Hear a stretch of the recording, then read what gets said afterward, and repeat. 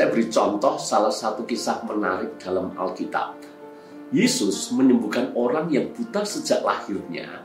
Dan karena peristiwa itu terjadi di hari Sabat, maka orang-orang Farisi gunakan kesempatan ini untuk mempersalahkan Yesus.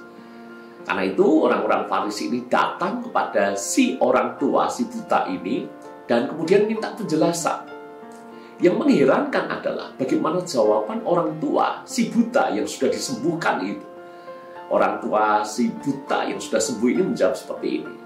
Yang kami tahu bahwa dia anak kami dan bahwa ia lahir buta. Tapi bagaimana ia sekarang dapat melihat, kami tidak tahu. Dan siapa yang memelekkan matanya, kami juga tidak tahu. Tanya kepada dia sendiri. Ia sudah dewasa, ia dapat berkata-kata untuk dirinya sendiri. Mengapa orang tuanya memberi jawaban yang terkesan mengambang? Ya, kalau di ayat berikutnya kita menemukan alasannya. Yaitu karena si orang tua itu takut kepada orang-orang Yahudi. Sebab orang-orang Yahudi itu sepakat semuanya.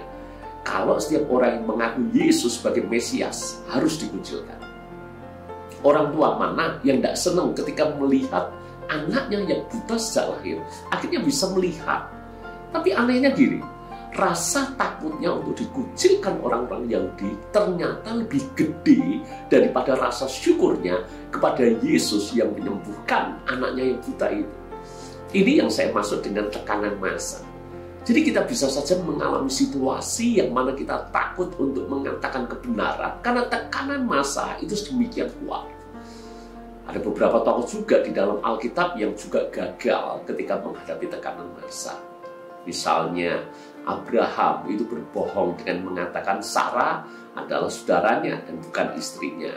Ishak juga sama, dia berbohong dengan mengatakan bahwa Rahel adalah saudaranya dan bukan istrinya. Karena takut jangan-jangan nanti dia dibunuh oleh karena dia punya istri yang sangat cantik dan istrinya akan dirambil atau direbut oleh orang-orang itu.